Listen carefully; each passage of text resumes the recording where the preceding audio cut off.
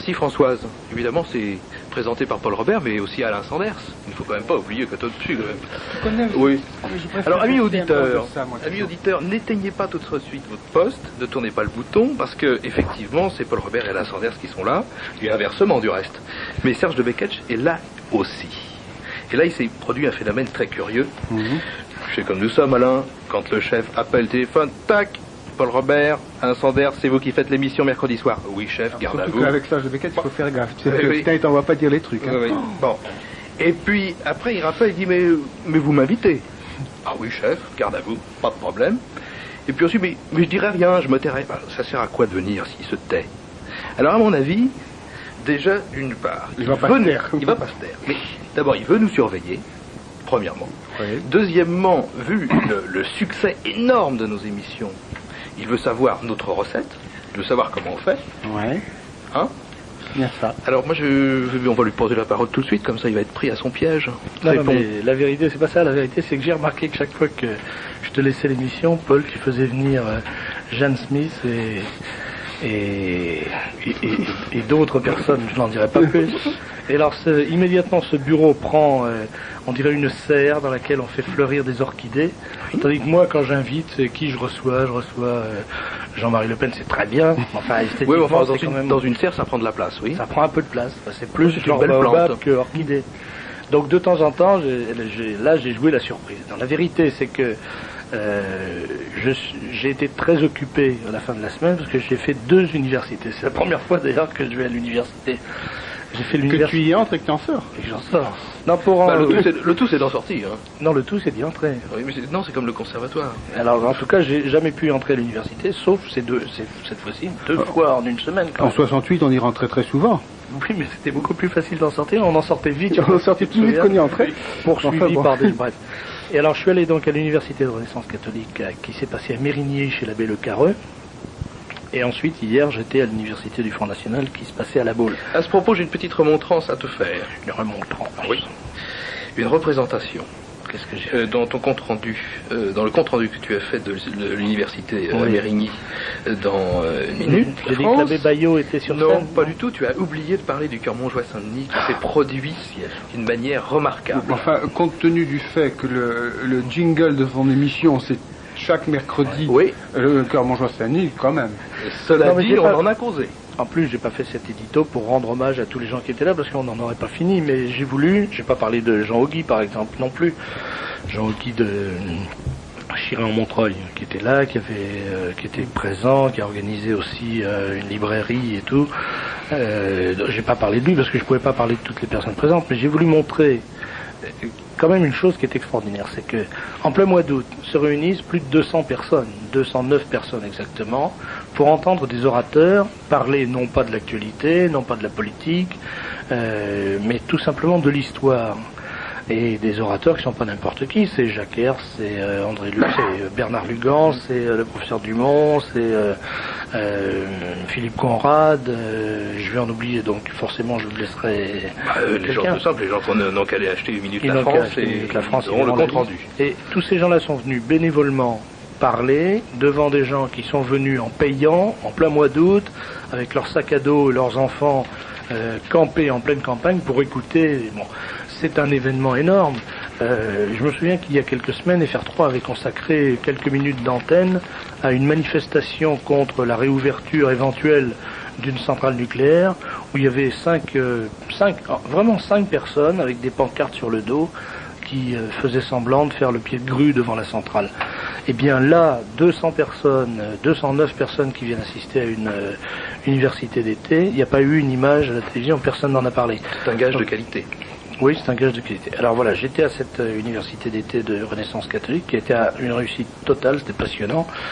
Et puis hier, j'étais à l'université du Front National à La Baule, qui est aussi une réussite totale grâce à Bernard Anthony qui en est l'organisateur. Mais c'est un spécialiste de l'organisation des universités. Oui, mais pas grâce à la ville de La Baule, parce que je dois dire que il faut quand même dire ce genre de choses. La ville de La Baule prétend être une ville de congrès, mais visiblement il n'y a que le conseil municipal qui est au courant. Parce que j'ai rarement vu une ville aussi nulle, totalement nulle, dans l'organisation des congrès. Par exemple, c'est un endroit où quand on réserve à l'hôtel, quand tu arrives à l'hôtel avec ta valise, on te dit « Ah ben non, on vous a pas attendu, on a loué votre chambre à quelqu'un d'autre ». Ça s'est passé. Je donne l'adresse quand même aux auditeurs. Si vous allez à la Baule, si vous voulez avoir la surprise du siècle, vous réservez à l'hôtel Alcyon. C'est un hôtel qui est très bien tenu. C'est très Alcyon en plus. Tu sais ce que c'est Alcyon? C'est un vent, non? Non, c'est un oiseau. C'est un oiseau que les Grecs. Oui, alors c'est sur l'emblème lorrain. Ah ben voilà, c'est ça. Alors les Grecs avaient une particulière passion pour l'Alcyon parce que c'est un oiseau qui est réputé faire son nid dans les mers calmes. Et moi, donc, me basant là-dessus, j'ai dit, je vais réserver une chambre à l'hôtel Alcyon, comme ça je pourrais faire mon nid dans une mer calme. Et quand je suis arrivé le soir, tard, le gars m'a dit, oh ben non, on n'a pas réservé. Vous avez réservé, vous avez confirmé cet après-midi, mais on a eu d'autres clients depuis. Alors j'ai dit, mais enfin c'est incroyable. Il m'a dit, mais de toute façon on s'en fout, c'est loué. Alors il n'y a plus de place. Donc, alors je vous dis, si vous voulez vous amuser, l'hôtel Alcyon, c'est à La Baule, c'est parfait. Donc la ville de La Baule est une ville qui est parfaite pour faire tout du cheval, du vélo, tout sauf des congrès. Tout sauf des congrès, voilà. Moyennant quoi, c'était quand même intéressant. Tu as pu te baigner quand même? Non. Bon. En plus, il faisait mauvais. Donc tu n'as pas dérangé les Alcyons. Je n'ai pas dérangé les Alcyons. Ce soir, l'émission va être plutôt consacrée à l'Europe, ou plutôt au traité de Maastricht. Est-ce qu'on peut dire un petit mot de Simone Veil tout de suite? Oui, on fait une petite présentation quand même de ce qui va se passer. Vas-y, parce que j'ai envie de dire un petit truc parce que ça me prend. Alors, écoute, j'en dirais quelque chose demain. J'en écrirai aussi demain en parlant, mais j'ai envie d'en dire tout de suite quelque chose. Oui, je crois que l'actualité nous engage un peu à parler de Maastricht, du traité de Maastricht. Je crois que vous allez en être tous abreuvés, ne plus savoir qu'en faire pendant les semaines qui vont venir. Nous en allons parler ce soir, je pense, avec des gens qui ne sont pas proprement parler des hommes politiques, qui sont des intellectuels, mais qui ne sont pas des hommes politiques, ni des femmes politiques, mais intellectuels tout de même.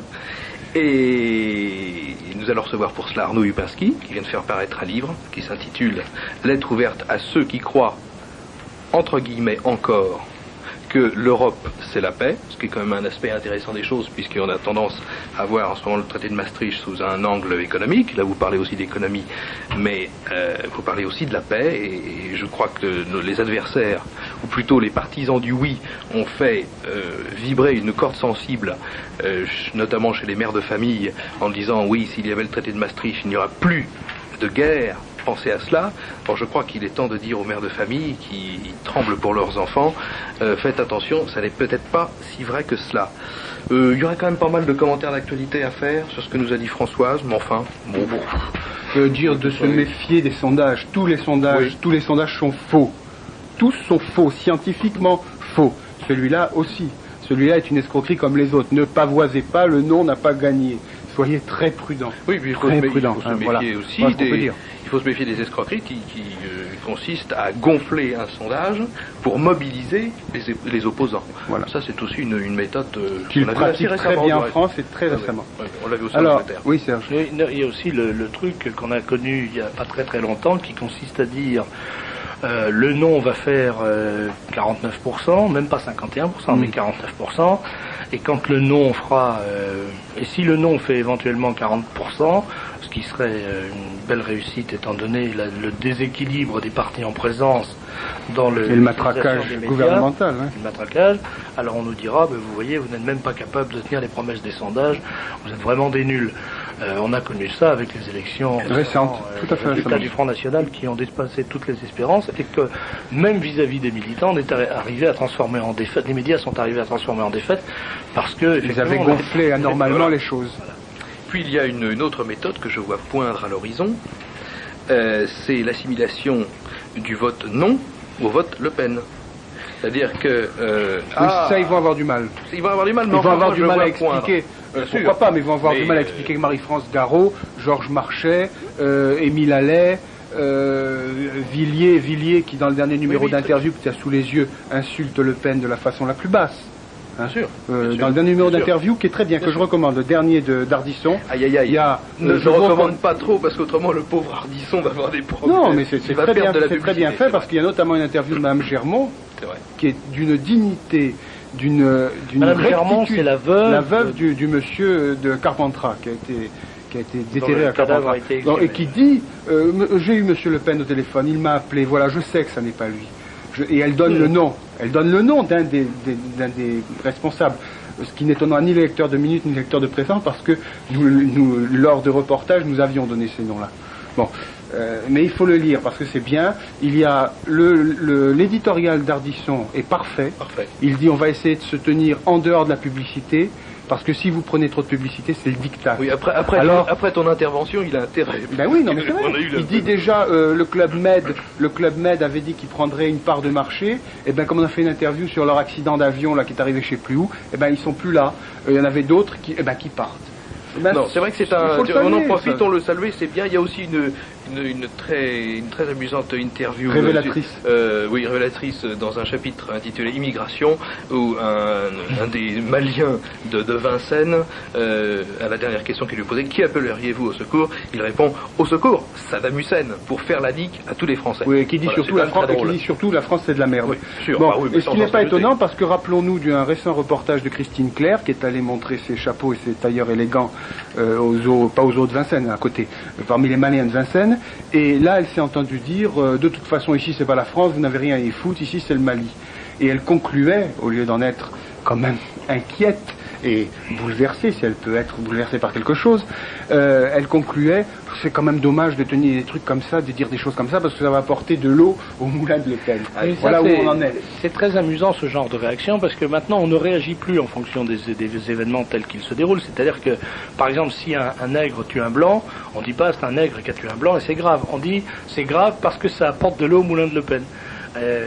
Alors que ce qui est grave, c'est quand même qu'on tue un homme, quoi, qu'il soit nègre ou blanc, peu importe. Et quelle que soit la couleur du criminel, quelle que soit la couleur de la victime, c'est quand même embêtant de tuer quelqu'un. Mais ça n'est grave que quand ça apporte de l'eau au moulin de Le Pen. En revanche, quand un blanc tue un nègre, c'est grave fondamentalement, de façon intrinsèque. Et pourtant, ça n'apporte pas d'eau au moulin de Le Pen. Alors, puisqu'on est dans la catégorie faux cul, je reviens à Simone Veil. Alors, vas-y. Encore que. Lance ton dedans.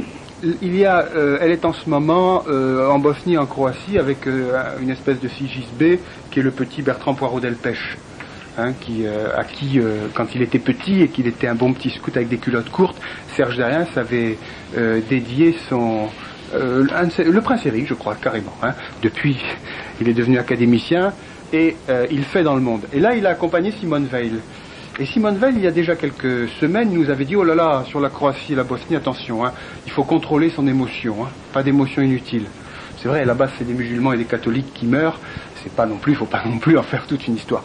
Mais là, elle est allée en Bosnie, et elle nous dit aujourd'hui qu'il y ait des exactions, des exécutions, c'est sûr. Des exécutions sommaires, des violences, c'est certain.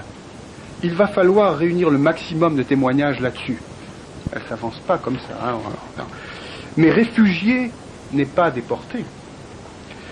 Camp de rassemblement n'est pas camp de concentration. Encore moins d'extermination. Génocide a un autre sens. Des autres camps, personne ne revenait. Ce qui n'est pas complètement vrai dans la mesure où, grâce à Dieu, elle en est revenue. Mais admirons cette espèce de saloperie. C'est une saloperie parce qu'il n'y a pas d'autre mot. Camp de rassemblement n'est pas camp de concentration. Réfugié n'est pas déporté. Alors là, il se trouve que je suis à mon 6e séjour là-bas, j'ai vu ce qu'on appelle des déportations dans des wagons. Il y a des gens qui sont dans des wagons, et bien souvent à quai en ce moment, qui attendent de partir. C'est exactement cette horreur-là qui se passe. Alors, qu'on n'en fasse pas des kilomètres, si on veut, mais cette espèce de label qui est mis sur le mot génocide, cette espèce de sang-froid tranquille de Mme Simone Veil, qui en petite tailleur, et avec le Poirot Delpech, débarque dans ce malheur, débarque dans cette abomination et nous demande de garder notre émotion intacte et de surtout pas utiliser le mot génocide, à quelque chose d'écœurant. J'en redirai 2 mots de maintenant présent parce que ça me prend à la gorge depuis que j'ai lu cet article, mais voilà ces gens-là, il faut le savoir aussi. Mais Alain est un bon journaliste parce qu'il s'étonne toujours, il n'est pas blasé. Parce que c'est trop. Oui, c'est trop. Serge, non? Oui, non. Tu es pas étonné. Je suis blasé, moi je suis un vieillard.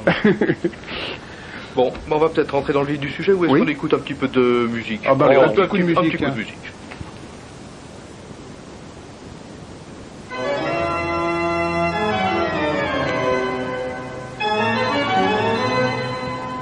Bien, nos auditeurs auront sûrement reconnu qu'il s'agit d'une sonatine, qu'elle est en fa majeur, mais la question... Tiens, on se demandait avec Serge, est-ce qu'elle est en fa majeur ou en sol mineur? Elle va être en fa majeur, tu vois, Serge. La question est de savoir qui est l'auteur. Et là, je règle un petit compte avec Jan Smith, qui va nous parler tout à l'heure d'un auteur anglais, que je ne connais absolument pas. Alors je me suis dit, bon, je vais me venger, je vais lui parler d'un compositeur qu'elle ne connaît pas. Et j'ai gagné, elle ne connaît pas. Alors on va faire quand même, comme d'habitude, un petit concours, parce que je crois que nos auditeurs sont parfaitement capables. C'est pas facile, hein, c'est très difficile. Ah ben l'harmonium, on reconnaît pas tout de suite. Hein. C'est pas l'harmonium, c'est de l'orgue. Bon. Mais attention, ce sont des orgues italiennes. Ah, tu vois, ça qui sont un peu particuliers. Et orgue italienne, en italien, ça dit harmonium. Alors, si, oui, exact. Alors, si... c'est pas possible. Et s'il nous reste 5 minutes, je vous raconterai un peu l'histoire de ces orgues et de ce compositeur. Alors, mais est-ce que tu offres un exemplaire du disque Non, j'offre ma considération. Voilà. Voilà. Pour avoir la considération de Paul Robert, vous téléphonez, vous dites... Alors, qui est l'auteur de cette sonatine? C'est de la musique sacrée pour orgue. Quel est donc l'auteur de cette sonatine. Oui, donc, comme je le disais, Jan Smith nous parlera tout à l'heure d'un auteur anglais. On le garde. Oui. Nous attendons également Vladimir Volkov. Oui. Qui viendra. Alors, il publie un livre qui n'est pas sorti encore en librairie, qui s'appelle Les Faux de Sarre, qui sort à la fin de la semaine. On n'en parlera pas trop, on en parlera un petit peu, parce que je crois qu'il est invité à Plaisir de lire... c'est une émission de Radio Courtoisie, Plaisir de lire, c'est bien ça le titre. Ah, il y a une radio qui s'appelle Radio Courtoisie. Voilà, c'est bien. Donc, il est invité, donc on ne déflorera pas trop le sujet, mais on parlera avec ce grand Européen qu'est Vladimir Volkov de l'Europe. Parce que nous, on est bien élevés. Nous, quand on reçoit des invités qui sont invités dans d'autres émissions, on ne déflore pas les sujets. On ne déflore pas les sujets. Ce qui est quand même... très bien. Je pense qu'il serait peut-être utile, avant de commencer, de faire un petit récapitulatif de tous les outils dont peuvent disposer nos auditeurs et les gens qui nous écoutent et leurs amis pour combattre le oui à Maastricht. Hein, moi, je commencerai par la chose la plus simple, qui m'a été donnée il y a très peu de temps, qui est édité par Europe et Patrie. C'est un petit opuscule qui fait 25 pages. Que les lecteurs de présent connaissent. Alors, justement, j'allais y venir. Il a été publié intégralement.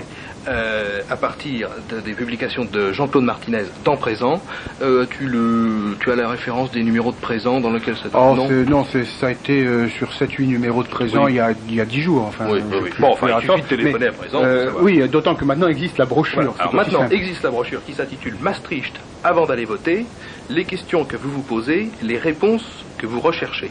Alors c'est en 25 pages, ce qui fait que pour les gens qui n'aiment pas trop lire ou qui n'ont pas beaucoup de temps pour convaincre leurs voisins, c'est bien fait, c'est fait pour convaincre. C'est très résumé. Hein. Voilà. Ça n'a évidemment rien à voir avec les livres un peu complets comme celui d'Arnaud Lupinski, mais là, la plupart des articles du traité que nous incriminons, qui sont ceux qui nous feront voter, enfin tout nous fera voter non, mais enfin ceux qui nous font plus particulièrement voter non, sont analysés et on nous explique un petit peu ce qui se passe. On donne un exemple ou... Non, c'est pas non, parce qu'on va parler beaucoup de tout ça.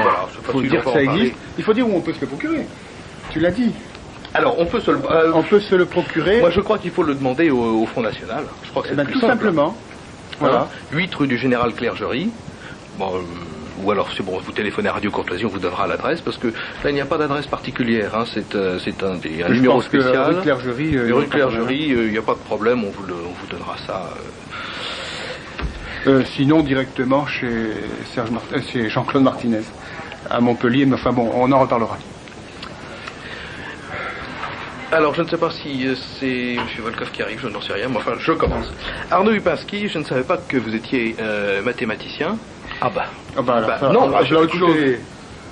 Moi, je ne savais pas qu'il écrivait sur l'Europe, mais je savais qu'il était mathématicien. Et je me suis aperçu tout de suite quand j'ai lu le dos, parce que j'ai lu le livre récemment, alors quand même j'ai lu le dos, et quand j'ai lu soit l'équation présentée comme une évidence Europe égale paix plus prospérité, et vous dites que c'est une équation qui n'a pas été démontrée, et vous-même vous mettez en doute le fait qu'elle puisse l'être, et vous ajoutez un esprit libre, c'est même pas un esprit libre, c'est presque un esprit mathématique, a le droit de dire, pourquoi de donner la proposition inverse, Europe égale crise économique plus guerre. Alors c'est un petit peu inquiétant, comment en êtes-vous arrivé là? D'abord, vous savez que la 4e page de couverture c'est l'apanage de l'éditeur, mais je ne crois pas qu'il ait trahi le fond de ma pensée. Ce qui est caractéristique dans l'Europe, si vous voulez, c'est une logique d'inversion.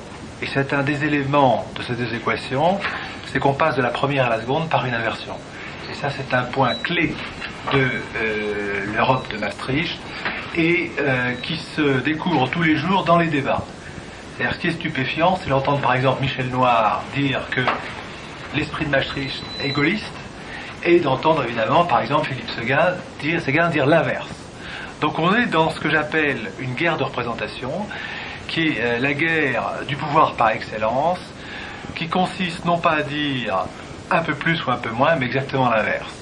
Et ça, je crois qu'on est au point clé de la compréhension non seulement de ce traité, mais de la logique historique dans laquelle il s'inscrit et de la suite de l'opération. Bon. Parce que... je vous interromps juste une seconde pour vous demander de vous rapprocher du micro. Le plus près possible du micro, voilà. Très bien. Le point de départ de ce livre, finalement, c'est le livre précédent qui était La tête coupée, et ce livre, c'est une illustration. Parce qu'en fait, la guerre, c'est un mot qui a plusieurs sens, enfin qui peut être du moins utilisé dans plusieurs champs sémantiques. Et le premier point de guerre, le premier point de friction que l'on rencontre, c'est la guerre du langage, la guerre des mots. Bon. Quand on est dans une situation comme la nôtre, dans laquelle il n'est pas possible de savoir finalement si c'est le paradis ou l'enfer, c'est qu'il y a forcément un trucage du langage qui fait que le choix ne porte pas sur la décision, mais la compréhension du choix lui-même. Bon. Et ça, c'est ce que j'appelle une guerre de représentation, qu'on peut appeler aussi une guerre de désinformation, mais la représentation est plus totale. Alors, ce qui est caractéristique dans le phénomène de Maastricht, c'est que la victime ou la future victime ne peut en général pas imaginer à quel point son bourreau est capable du pire. Je discutais cet après-midi avec une journaliste, pourtant une journaliste politique, dont c'est le travail quotidien, et elle me disait, vous croyez vraiment que non seulement ils disent l'inverse de la réalité, mais qu'ils savent que c'est l'inverse de la réalité? Et elle avait l'air étonnée de penser que c'était incontournable, comme on dit. Bon. Et je prends un exemple très concret. Vous prenez par exemple l'affirmation de Mitterrand en 1981, qui avait dit que finalement il apporterait 1 million de chômeurs en moins. Bon. On peut penser qu'à cette époque il était sincère. On peut le penser. Mais lorsque, en reprenant les déclarations de Delors, il affirme que l'Europe c'est de 3 à 5 millions de chômeurs en moins, on sait cette fois-là qu'il ment. Pourquoi ? D'abord parce que toutes les études montrent, et pour des raisons très simples qui peuvent s'expliquer en 2 minutes, que l'Europe c'est nécessairement plus de chômage. Pourquoi ? Eh bien parce que on sait maintenant que dans les années passées, ce qu'on appelle le développement économique était créateur d'emplois. Il fallait créer les emplois de ceux qui allaient détruire les emplois des autres, évidemment. Donc dans un premier temps, autour notamment de l'informatisation, il faut des serveurs à tous les niveaux. Mais maintenant, les machines, j'allais dire, se réparent elles-mêmes jusqu'à un certain point. Et donc le développement économique est créateur de chômage. Qu'est-ce que c'est que finalement la compétitivité européenne ? Eh bien, la compétitivité européenne, ça consiste, lorsque vous avez 12 sociétés, j'allais dire, à prendre la plus forte et à absorber les autres. Bon, quand vous absorbez les autres, pour être plus productif, eh bien, il faut que moins de personnes produisent plus de machines. Bon, donc il y aura plus de machines au bout du compte et moins de personnes.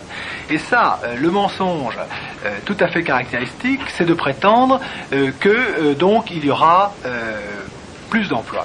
Alors ça nous amène à une guerre économique, si vous voulez, parce que la guerre se traduit par la volonté peut-être de détruire, mais aussi par les effets. Et les effets du chômage, c'est ce que disaient les socialistes en 81, et les socialistes disaient que le chômage était insupportable. Maintenant qu'il a progressé dans des proportions vertigineuses, on dit qu'il n'est plus supportable. Donc il y a une guerre qui est économique. Bon, ça c'est un premier point. Mais alors il faut peut-être rappeler aussi que pas mal de gens, que les gens qui ont négocié les accords de Maastricht sont les gens qui ont ouvert le marché européen aux voitures, aux véhicules japonais. Il y en a beaucoup qui en font partie. Et alors c'est pour ça que, si vous voulez, ce qui est caractéristique, et là tout à l'heure on pourra parler de la situation dans laquelle nous trouvons dans la bataille de Maastricht, parce que finalement une guerre sémantique, c'est-à-dire une guerre de langage, elle fonctionne comme un feu de forêt. Dans le Midi, les feux prennent toujours au même endroit, suivent les mêmes talwegs, débouchent sur les mêmes sommets, on peut les arrêter à certains points. Et cette bataille de Maastricht a suivi 2 phases, et on peut dire que la publication du vrai ou faux, mais ça n'a pas de sens, sondage qui a été annoncé aux informations de 20 heures d'hier sur les 51% réputés de non, clôt une phase, la première phase. Bon. La première phase, c'est, on peut dire, la phase des faits. C'est-à-dire, ce que je vous disais précédemment, c'est que la guerre économique détruit des emplois, bon, et ça c'est très bien perçu dans les milieux ouvriers. Et ça c'est un élément extrêmement important, c'est-à-dire que d'une certaine manière, l'intelligence actuellement se trouve en bas par les faits. Et Napoléon disait qu'il y a certaines illusions qui ne peuvent être vaincues que par les faits. C'est-à-dire que les ouvriers, en particulier danois, eux étaient bien placés pour savoir que l'Europe, ce n'est pas la paix économique, puisque ceux qui ont voté non en peu de partie, c'était des chômeurs. Ce sont dans les quartiers ouvriers qu'il y a eu 70% de votes négatifs. Bon. Et c'est ce qu'on constate, la presse a annoncé aujourd'hui que, selon ses propres appréciations, 54% des ouvriers votent non. Pourquoi ? Parce que quand vous êtes mis au chômage, vous savez très bien que c'est pas la création d'un emploi. Ça, c'est très très simple, il suffit de savoir compter. Bon. Et dans les entreprises, vous avez cette situation. Pour ne parler que de l'économie... on peut dire aussi, on peut inventer, par exemple, 3000 néo-nazis à Roscoff. Non mais restons dans le sujet. Restons dans le sujet parce que... bon. Et donc, vous avez cette guerre économique, et deuxième situation, c'est que vous avez les systèmes de commandement des entreprises. Quand vous avez 12 entreprises et qu'il n'en reste plus qu'une, vous avez le système de commandement qui est dégonflé. Donc au bout du compte, vous avez des dizaines de milliers de personnes déplacées, et vous avez des cadres qui perdent leur travail. Ça, c'est un fait absolu. Donc, quand vous avez le président de la République et d'autres qui disent que l'Europe va créer des emplois, si vous voulez, c'est évidemment un mensonge politique. C'est ce que Platon appelait le noble mensonge. Platon distinguait le mensonge du commun et le mensonge. Bon. Le mensonge, le noble, celui, effectivement, du philosophe ou de celui qui prétend diriger la cité. Alors, juste pour terminer sur le point que j'ai abordé, la première phase de la guerre, eh bien, donc, les personnes qui sont touchées de plein fouet par la crise le savent. Et, dans un premier temps, les tenants du oui avaient décidé de se taire pour des raisons que tout le monde sait ou peut imaginer, c'est-à-dire c'est le rejet du pouvoir en place, et donc l'intoxication qui consistait à utiliser la méthode Coué pour faire croire que, comme l'a dit Pierre Bérégovoy lorsqu'il a fait son discours de politique générale, et qu'il a dit à la fois que les fléaux de la France, c'était le chômage, c'était l'insécurité, c'était la corruption, il a en même temps fait l'apologie de l'Europe. Or, il est évident, et maintenant tout le monde commence à le sentir, les poubelles allemandes étant venues à la rescousse, si vous voulez, et il y a un côté burlesque dans cet appel aux frontières pour arrêter des poubelles, sur lesquelles je n'insisterai pas, que tout le monde a suivi, mais on sait que l'Europe, c'est plus de chômage. C'est mécanique, hein, ce n'est pas une opinion. Il y a eu une très bonne émission sur la 3 récemment avec 8 millions de chômeurs dans quelques années. Donc c'est le secret de Polichinelle de tous les professionnels. Hein. Ils savent que actuellement la politique consiste à détruire des emplois et le franc fort y contribue. Ça c'est un autre aspect auquel vous me ferez penser tout à l'heure. Et j'écoutais un patron récemment d'une grande entreprise me dire: notre situation paradoxale, c'est que notre mission, c'est de détruire notre emploi. Alors qu'on ne nous dise pas, qu'on ne le sait pas. Bon.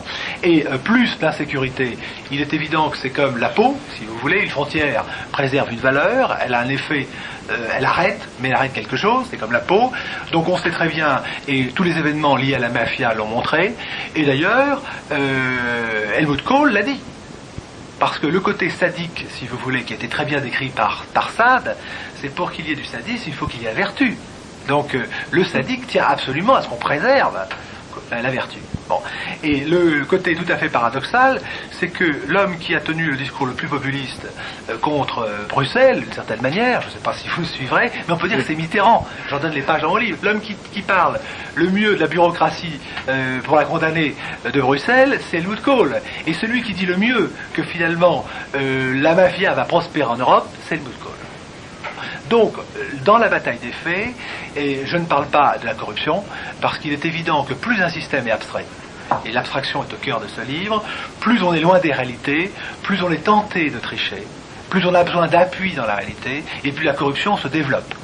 Bon, ça c'est les vieilles idées, peut-être totalement rousseauistes ou de la démocratie à la base, mais c'est que plus on a un système qui permet au personnel de ne pas être touché par la conséquence de leurs actes, plus il y a de corruption. Donc l'Europe, c'est tout à fait plus de chômage, plus finalement de corruption et d'insécurité. Et lorsque Pierre Bérégovoy le dit, il le sait, Pierre Bérégovoy. Bon. Donc là, on est au cœur d'une figure politique qui est totalement importante, qu'il faut totalement intérioriser et comprendre, c'est que nous ne sommes pas dans une situation où c'est un peu plus ou un peu moins. Nous sommes en face de personnes qui disent exactement l'inverse de ce qu'elles pensent, en supposant que finalement la victime ne va pas être capable finalement de voir, de supposer cette chose-là, parce qu'on tombe sur un problème affectif. Bon. Et donc la première phase a échoué, d'une certaine manière, c'est-à-dire qu'on espérait que par le silence, par divers procédés mécaniques, eh bien on arriverait à gagner la bataille des faits. Maintenant elle est perdue. C'est-à-dire que maintenant il faut François Mitterrand et son équipe sont en train de revenir à la deuxième phase, pour laquelle j'ai écrit ce livre, justement. Parce que la première phase, j'ai commencé ce livre à dessein en citant une phrase de Rousseau. Commençons par écarter les faits, car ils ne touchent point à la question. Bon. Et si vous voulez, c'est un vieux réflexe d'un certain nombre de personnes qui se considèrent comme réalistes, c'est de dire que ce sont les faits qui sont importants. Les faits ne sont pas importants. Enfin, ils sont à la fois tout à fait indispensables et tout primordiaux, mais les faits ne comptent pas parce que le même fait est vu de deux manières opposées par des personnes en fonction de ce qui se passe dans une petite glande qui est au sommet du corps, qui s'appelle le cerveau. Et c'est pour ça que c'est totalement important de se battre sur des schémas de pensée, ce qui commence à être fait, de d'éclairer la totalité et de ne pas penser qu'on pourra faire l'économie d'une bataille morale simplement en disant les faits parlent.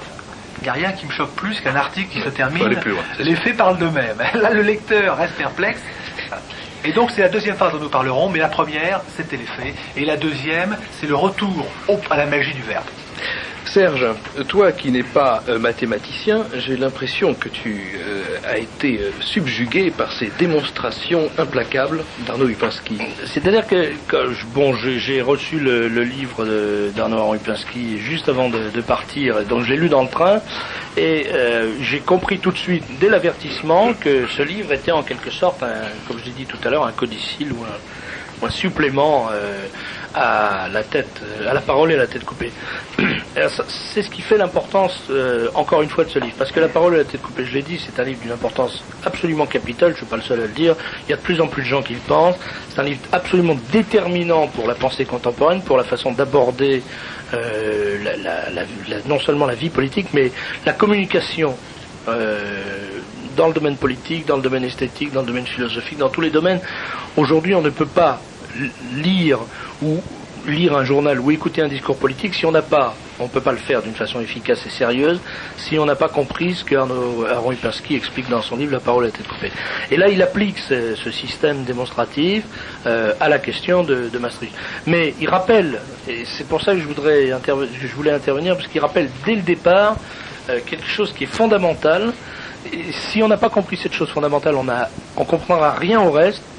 C'est la différence entre le réaliste et le nominaliste, qui commande tout le débat sur Maastricht, et tout le débat politique en général.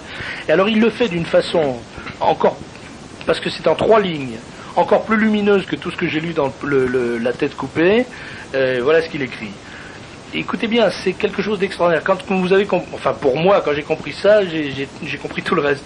Le réaliste croit qu'il faut tuer l'ours pour pouvoir vendre sa peau, pour gagner de l'argent. Il veut faire pour pouvoir dire. À l'inverse, le nominaliste pense à quoi bon tuer l'ours si on n'a pas vendu sa peau. Et tout le débat est là-dedans, et tout le débat européen est là-dedans. Pourquoi tuer l'ours si on n'a pas vendu sa peau? Et disent les nominalistes. Et effectivement, c'est une position qui est au fond parfaitement défendable. On pourrait dire que ça sert absolument à rien de s'embêter à cultiver la terre si on n'a pas un client pour acheter les betteraves. Mais le réaliste, lui, dit je vais commencer par avoir des betteraves et ensuite je les vendrai.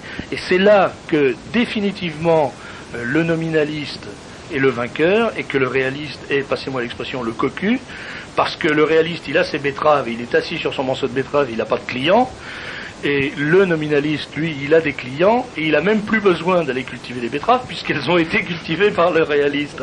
Donc il a qu'à aller les acheter à bas prix au réaliste qui n'a pas de clients, pour les vendre à haut prix au client qui n'a pas de betterave. Tout le problème européen, enfin tout le problème de Maastricht est résumé dans cette simple phrase qui tient en 3 lignes. Et le bouquin, après, coule absolument de sources, et ça devient lumineux. Et il y a notamment une démonstration, dès les premières pages, dès la page 15, de la félonie de Mitterrand. Alors je ne vais pas parler à la place d'Henri Pinsky, mais c'est une... Non, mais c'est intéressant de savoir quand même. Bon, alors c'est extrêmement simple. La démonstration est la suivante, c'est la Constitution, enfin les fondements actuels du régime en France, c'est le peuple souverain. Ok ? Et Henri Pinsky dit, comment appellerait-on un suzerain qui passerait un accord international diplomatique remettant en question les fondements du pouvoir de son souverain sans en référer à son souverain. On l'appellerait un félon. Or, donc Mitterrand étant président de la République et le peuple étant souverain, Mitterrand est le sujet du peuple souverain. Et il passe un accord international sans en référer au peuple souverain, il est donc en état de félonie. Et la félonie, c'est la traîtrise à l'égard de son souverain. Par conséquent, il ne faut pas inverser les choses, c'est-à-dire quand le pouvoir nous dit si vous refusez de signer Maastricht, en quelque sorte, vous vous conduisez en félon vis-à-vis de l'Europe, la vérité est exactement inverse. C'est ceux qui ont pris la décision de signer ce pacte ou ce traité sans avoir l'aval du peuple qui sont des félons.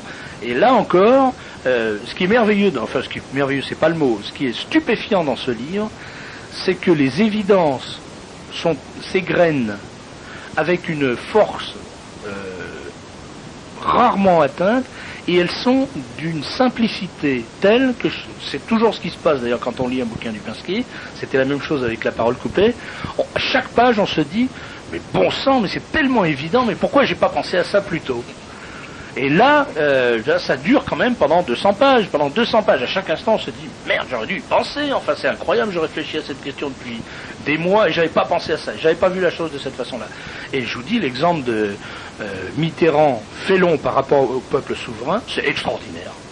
Parce que ça dénonce absolument toute la politique du pouvoir actuel. Parce que pour abonder, je veux dire, pour aller dans ce sens, d'abord, la troisième phase de l'ours. Donc première phase, il ne faut pas tuer, vendre la peau de l'ours avant de l'avoir tué. La deuxième phase, c'est à quoi ça sert de le tuer si on ne l'a pas vendu. Et après on arrive à la corruption. Une fois qu'on l'a vendu, pourquoi le tuer? Et alors, sur la question de la félonie, ce qu'on n'a pas trop l'habitude de faire, parce qu'on est pris par le temps, par un certain nombre de difficultés, c'est de prendre l'explication grammaticale. Parce qu'actuellement, c'est toute la définition du peuple souverain, on joue, si vous voulez, on dit que le peuple est souverain, et on fait comme s'il ne l'était pas. Alors, une fois que l'on fait marcher, si vous voulez, le discours de 1789, qui me semble parfaitement adapté à la situation actuelle, on en tire un certain nombre de conséquences extrêmement intéressantes. Et dans le processus de Maastricht. Et ce qui est très intéressant, c'est que le 20 septembre, c'est l'avertissement que je lance. Je dis, si le peuple est vraiment souverain, qu'il le montre. Et la manière, le vote ne s'use que si l'on ne s'en sert pas. Bon, la seule manière de montrer qu'on existe, et on le fait quand on est jeune, en se posant, c'est de dire non, finalement, pour montrer qu'on existe. Et reprendre la main, si vous voulez. Bon. Et ce qui est très, très, très frappant, c'est que dans le mécanisme, on dit le peuple est souverain. Donc vous regardez le dictionnaire, le peuple est souverain. Bon, alors quel est le souverain, quel est le sujet? Comment le souverain doit-il se comporter avec le sujet? Alors on voit que le sujet c'est Mitterrand. Bon, les mandataires, il y a les mandataires et les mandants. Les mandataires, ce sont nos sujets, enfin les sujets du peuple souverain. Dans un mécanisme de souveraineté, qu'est-ce qui se passe? Les décisions ne sont pas prises avant qu'on en réfère au souverain. Et dans le mécanisme de la ratification de Maastricht, on voit que d'abord le président signe, après le Conseil constitutionnel voit qu'il n'avait pas le droit de signer, ensuite vous avez, si vous voulez, la révision de la Constitution, etc. Et puis alors, une fois que le poulet est complètement ficelé, etc., on l'apporte en tremblant devant le souverain en disant qu'il signe. Donc c'est un mécanisme totalement d'inversion. Si vous permettez, je voudrais, si tu permets, Paul, intervenir encore une fois, puis après je me tais. En page 20, je regardais Vladimir Volkov qui vient de nous rejoindre, et je le regardais en lisant cette phrase qui va vous donner un exemple de ce que Arnaud Aron-Ipowski arrive à dire en 5 lignes. La profondeur de certaines réflexions. Et je regardais Vladimir Volkov parce que je pense qu'il va mesurer. Voilà, je lis cette phrase. Les peuples de l'Ouest devraient bien se libérer un jour de la banque centrale à monnaie unique, comme les nations de l'Est se sont débarrassées hier du comité central à parti unique. Ça fait des années qu'on sait qu'il y a une espèce d'adéquation, non pas de nature profonde, parce que je sais que M. Volkov serait scandalisé si je disais ça. C'est vrai qu'il y a une nature profonde, diabolique, démoniaque dans le système soviétique, mais au moins dans le système d'apparence. Et dans la volonté de mettre en branle certains outils pour manipuler les peuples, il y a une identité entre ce qu'on pourrait appeler le capitalisme apatride, quel que soit le nom qu'on lui donne, enfin certains systèmes de contrôle économique qui sont effectivement les systèmes de banque centrale à monnaie unique et le système du comité central à parti unique. Et je trouve que d'avoir résumé la nécessité pour des peuples de se débarrasser de ces deux bestioles qui les écrasent de la même manière, ça résume parfaitement le travail qu'on a à faire sur Maastricht. Mais du reste, on voit quelques pages plus loin que M. Helsin, lui, ne se contente pas d'avoir résisté, il résiste aussi au Fonds monétaire international. Parce que, si vous voulez, la première, il y a 3 questions à se poser, actuellement, enfin 3 questions notamment. La première question, finalement, quel est le véritable nom de l'Europe ? La deuxième question qui est à se poser, quelle est la nature de la construction européenne, notamment ? Et la troisième question, c'est à quel moment de notre développement historique sommes-nous ? Et dès que le mot Europe est un mot géographique. Donc avoir laissé prendre en otage un mot géographique à des fins partisanes et politiques, c'est déjà une chose tout à fait condamnable d'une part, et extrêmement dangereuse pour ceux qui l'acceptent. C'est un peu comme si vous dites à des hommes, nous allons voter, c'est très simple, moi je suis le parti de l'homme, êtes-vous pour l'humanité ? Alors, trouble dans la salle. Bon, aux femmes, êtes-vous pour la féminité ? Trouble dans la salle. Bon, aux chevaux, êtes-vous pour la chevalinité ? Bon. Donc simplement, avoir accepté d'utiliser ce mot, c'est déjà partir perdant. Pourquoi ? Pour une raison sophistique. C'est-à-dire que les Européens sont nécessairement pour l'Europe. Bon. Maastricht, c'est l'Europe. Et donc les Français sont forcément pour l'Europe. Donc cette bataille a d'ailleurs été perdue, ça a été très bien analysé par Jean-Marie Colombani, qui est le spécialiste des affaires sensibles, lorsqu'il donne à ce qu'on peut appeler l'aristocratie, si vous voulez, ou les eurocrates, si on veut, les moyens de piéger le corbeau, eux étant le renard. Bon. En disant, premièrement, ce qu'il faut, c'est découpler la politique intérieure et la politique extérieure. Alors, dans la perspective du peuple souverain, c'est tout à fait ironique. C'est-à-dire, au moment où on veut détrôner le peuple, eh bien, ce que l'on fait pour déboulonner son trône, c'est une affaire de politique extérieure. Il est vrai que les boulons sont à l'extérieur du trône. Bon, c'est vrai, ça c'est important. Bon. Deuxièmement, il dit, il faut surtout pas permettre à ceux qui sont opposés au traité d'amener le débat, donc on est toujours dans la question du langage, sur des points qui sont contre nature pour le souverain qui a détrôné. Bon. Et le troisième découplage, il ne faut surtout pas, évidemment, que l'on associe la question et celui qui pose la question, et j'allais dire, et celui qui récupérera le résultat de la question. Parce que on sait très bien qu'au cas où le oui l'emporterait, on sait qu'il y aura gagné. Ça, c'est certain. Bon. Et alors, on voit dans la stratégie de Mitterrand, qui était très étonnant, c'est qu'il y a beaucoup de livres qui sont sortis sur Mitterrand. Je ne parle pas des miens qui en parlent en général à l'introduction, mais la méthode de Mitterrand a été étudiée par personne. Bon, les pyramides, les cubes, les géodes, bon, maintenant, certaines personnes le savent, mais on ne se demande pas pourquoi ce ne sont pas des éléphants, des zébus ou autre chose. Bon, ça ne semble pas du tout frapper l'imagination. La méthode de Mitterrand, elle consiste effectivement, d'une manière systématique, à prendre les devants et à placer le terrain, au départ, dans la position qui lui est avantageuse. Bon. Quand il dit que ce n'est pas une affaire de politique intérieure, déjà, comment se fait-il que cette intelligentsia féru de Freud et autres spécialistes du langage psychologique n'ait pas remarqué que, en disant presque textuellement, que ceux qui n'auront pas été dans le camp du oui n'auront plus vocation pour être finalement dans la nomenclature impériale, c'est poser les questions en termes tout à fait de politique intérieure. Tout est de politique intérieure. Et d'ailleurs, comment finalement isoler l'intérieur et l'extérieur. Donc on retrouve la technique du diviser pour régner, ce qui est tout à fait caractéristique. Bon, et alors, quand même une chose qu'il faut voir, je suis en train de réétudier, je suis en train de faire un livre qui touche à toutes les questions soulevées par La Fontaine. Il y a des choses très intéressantes sur les fables de La Fontaine, mais vous savez que La Fontaine est un auteur qui était détesté par Rousseau et par Napoléon. C'est-à-dire que je ne mets pas quand même, je ne mets pas dans le même panier, je ne confonds pas Rousseau et Napoléon. Bon, mais quoique Napoléon lui-même avait tendance à c'est son fils spirituel. Oui, donc on ne peut pas confondre le fils et le père. Mais ce qui est caractéristique, c'est que finalement, les techniques clés de la sophistique sont dans La Fontaine. Par exemple, lorsque vous écoutiez Jacques Lang, parce que maintenant son sourire se fige un peu, si vous voulez. Bon, mais quand vous l'écoutiez encore récemment, que vous le lisiez, que disait-il? Finalement, il flattait. Il disait, des gens aussi intelligents que vous, un peuple aussi sage, aussi éclairé, ne peut que voter pour moi. Voter pour mon oui. Bon. Et il était exactement dans la situation du Corbeau et du Renard. Tout flatteur, vite dépend. Bon, alors effectivement, c'est plus tellement enseigné. Mais quel est le fromage? C'est la souveraineté. Mais qu'est-ce que la souveraineté? Parce qu'on parle d'identité, souveraineté, à force de répéter ça comme un slogan, j'allais dire comme certains parlaient à l'époque du prolétariat ou d'autres choses, on finit par oublier ce que c'est. Qu'est-ce que c'est que la souveraineté? C'est très simple, c'est ce qui est au-dessus, c'est ce qui décide. C'est le pouvoir de décision, la souveraineté. Bon. Et le pouvoir de décision, actuellement, les chômeurs savent ce que c'est.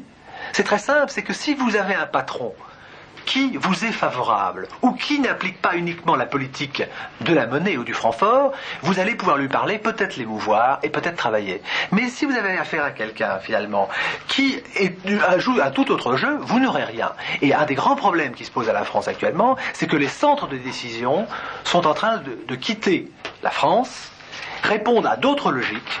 Vous avez un personnel qui répond en haut au lieu de répondre en bas. Je pense en partie à notre classe politique, parce qu'une des questions qui se pose avec Maastricht, parce que Maastricht c'est pas fini, si vous voulez. Ce qu'on fait actuellement, on met des œillères, on dit tout va se passer au vin, mais les choses vont continuer. Qu'est-ce qu'il y aura après Maastricht? On parle de construction européenne, mais une construction européenne, un ensemble fait toujours partie d'un autre ensemble. Il y a la construction mondiale. Il y a un débat à faire. Pourquoi y a-t-il que 3 points? Personne ne semble avoir vu qu'on est passé de Yalta à 2 points, à Maastricht à 3 points. Bon, pourquoi? Et donc, ce qui est extrêmement important, c'est de bien suivre la logique qui est en train de se mettre en place, et cette logique est une logique impériale. C'est-à-dire que si on cherche quel est le mot qui convient à une construction, qui rajoute un étage, parce qu'on dit surtout ne nous empêchez pas de rajouter un étage. C'est très bien, mais l'étage il est sur quoi? Il pèse sur quoi? Eh bien l'étage pèse sur les nations. Rajouter un étage sur les nations et déplacer la souveraineté, donc plusieurs à l'étage supérieur, ça s'appelle un empire. C'est très simple, c'est un empire. Et alors, à ce moment-là, dès qu'on a compris qu'on ne parle pas de l'Europe, parce que cette Europe des 12, si on lui applique la technique des ensembles, parle de l'Europe. L'Europe, on s'aperçoit que d'abord l'Europe de l'Est n'y est pas. C'est une drôle d'Europe tout de même. Alors est-ce que c'est un vœu? Mais si c'est un vieux vœu, on ne peut pas parler d'un vœu comme on parle d'une réalité. Bon, donc exit là. Bon, la Turquie est quand même une puissance européenne. Et même si on écoute James Baker, et ça c'est très amusant parce que Jacques Delors, dans son livre, lorsqu'il parle de la construction européenne, il se réfère à James Baker. Bon, en 89, après la chute du mur de Berlin. Et James Baker dit une phrase intéressante et assez inquiétante. Il dit « Les États-Unis sont et resteront une puissance européenne ». Alors si c'est une puissance européenne, est-ce que c'est la 13e ou la 14e après la mafia? On s'aperçoit, en jouant au jeu de la théorie des ensembles de Mitterrand, que finalement l'Europe, qui est un singulier, eh bien, devient pluriel, devient évanescent. Donc on élimine l'Est. Ensuite, on a normalement les 12, mais 12 moins 1 égale 11. On continue à parler des 12. Il y a toujours 12 étoiles. Il n'y a pas un petit bandeau sur une étoile. Non, il y a toujours les 12. Bon. Ensuite, sur les 12, si on regarde le traité, si vous voulez, eh bien, on constate que les Anglais, qui sont les grands malins, si vous voulez, qui sont des gens qui savent négocier, ont gardé leur monnaie. Et j'allais dire qu'ils négocient d'autant mieux qu'ils négocient dans leur langue. C'est beaucoup plus facile, si vous voulez. Eh bien, et eux, ils n'ont pas pris l'option sociale, et puis ils sont dans l'opting out. C'est-à-dire que chez nous, si vous voulez, on nous dit que c'est une obligation qu'on ne peut pas négocier, mais dans les 12 étoiles, il y en a une qui est dedans, dehors, on verra, on fera. Bon. Donc déjà, c'est une égalité étonnante, et on se rend compte, c'est l'histoire, si vous voulez, de la dernière roue du carrosse de la guerre d'Irak, que la France est à la traîne, et qu'on ne peut pas, au peuple souverain français, accorder les mêmes facilités qu'aux souverains anglais. Mais, donc les Anglais, c'est -1. Donc c'est plus 12, c'est plus 11, c'est 10. Mais les 10, on peut continuer au jeu, c'est que si on regarde les traités, et notamment l'UEO, mais l'UEO c'est l'Union de l'organisation européenne, qui dépend elle-même de l'OTAN, donc qui dépend de son chef d'état-major, qui est américain, qui dépend de Washington, etc., etc., on constate qu'il n'y en a que 9. Donc, est-ce qu'on parle de l'Europe, etc. Et puis, si on parle de la CSCE, on tombe du côté des 50. Donc, le mot, c'est l'empire. Donc, on crée un empire. Bon, dans cet empire, comment va-t-il fonctionner? Quel va être l'empereur? Et l'empereur, on s'emploie à nous dire que c'est personne. Et là, on tombe sur la grande figure du mensonge d'Ulysse, qui ayant crevé l'œil du cyclope, avait pris soin, comme Mitterrand et comme les aristocrates, de prévenir celui auquel il allait crever l'œil, j'allais dire l'œil du peuple souverain, en lui disant, lorsqu'il dit, mais quel est ton nom? Bien, si on te pose la question, tu diras que c'est personne. Ce qui fait que lorsqu'on lui a crevé l'œil, il se précipite vers ses frères cyclotes, et là, il dit, on m'a crevé l'œil. Les autres disent, qui? Il dit c'est personne. Ouais. Alors en grec c'est ouden, personne, il n'y a pas le nœud devant, et ses frères cyclopes lui disent on ne peut rien contre les mots que Jupiter nous a envoyés. C'est ce qui risque d'arriver. Je vais te donner la parole tout de suite, Serge. Simplement j'aimerais savoir ce que Vladimir Volkov pense de tout ça. C'est surtout ce que je voulais poser comme question. Je souhaiterais, oui. Non, je veux dire pourquoi. Je souhaiterais d'abord savoir, vous êtes pour le oui ou pour le non? Pour moi la question n'a aucun sens. Je ne crois pas qu'on puisse être pour le oui ou pour le non, parce que je ne crois pas au suffrage universel, je ne crois pas à la souveraineté du peuple. Non, bon alors donc là déjà c'est clair. Donc pour moi la question n'a aucun sens. Une chose qui m'a beaucoup intéressé dans ce que vous disiez, monsieur, outre tout le reste qui m'a intéressé aussi bien sûr, c'est la remarque que vous faisiez sur l'Europe, qui m'a toujours paru une espèce de malentendu. Je n'ai jamais compris ce que c'était que l'Europe non plus. L'Europe, c'est une espèce de petite presqu'île au bout d'un gigantesque continent. Quand on me dit l'Eurasie, je sais ce que c'est. Quand on me dit l'Europe, je ne sais pas. Bien sûr, la formule la plus, je vais essayer de trouver un mot poli, la plus surprenante qui ait jamais été utilisée, c'est l'Europe de l'Atlantique à l'Oural. Étant donné que l'Oural coupe un pays en deux, on ne voit pas très bien ce que ça signifie. Alors, la Russie fait-elle partie de l'Europe ou n'en fait-elle pas partie? Si elle en fait partie, étant donné que la Sibérie est peuplée essentiellement de Russes, donc la Sibérie fait partie de l'Europe. Si la Russie n'en fait pas partie, alors c'est une Europe extrêmement bancale. Donc dès que les gens disent Europe, je cesse de comprendre. C'est pour ça, excusez-moi, qu'il faut revenir tout simplement au dictionnaire. L'Europe, c'est un espace géographique. C'est comme la cuisine. Oui, mais jusqu'où va-t-il? S'il y a un cochon dans la cuisine, ou alors un clown, c'est toujours la cuisine. C'est-à-dire que l'Europe, c'est une surface géographique. Mais oui, mais jusqu'où va-t-elle cette surface géographique? Justement, ça n'est pas clair. Ben, va jusqu'à l'Oural. C'est pas parce qu'il y a une puissance politique, culturelle, religieuse. Alors, c'est intéressant de partir dans un débat. Mais alors, si on part dans un débat, non, faut pas laisser faire. Vous parlez chacun votre tour, parce que ça pose un problème pour l'audition. Ensuite, allez-y, je vous en prie. Je vois pas du tout comment on peut avoir une entité géographique qui ne corresponde pas à une nation. Je vois pas comment une entité géographique pourrait couper une nation en deux. On a essayé avec l'Algérie, ça n'a pas marché. Je crois que s'il n'y a pas d'espace, c'est une seule nation. S'il y a un espace, c'est que ce sont deux nations différentes. Bon, l'Oural, c'est une frontière naturelle qui n'est pas infranchissable. On peut la considérer comme une frontière, on ne peut pas la considérer comme une frontière. Mais la notion d'Europe a été créée avant que la Russie ne conquiert la Sibérie. Et une fois que la Sibérie est devenue partie absolument intégrante, je ne dis même pas de l'Empire russe, mais de la Russie, de la République de Russie. C'est une des parties, je ne parle pas des républiques musulmanes, mais enfin Vladivostok, Khabarovsk, c'est l'extrême bout, c'est tout ça, c'est la Russie.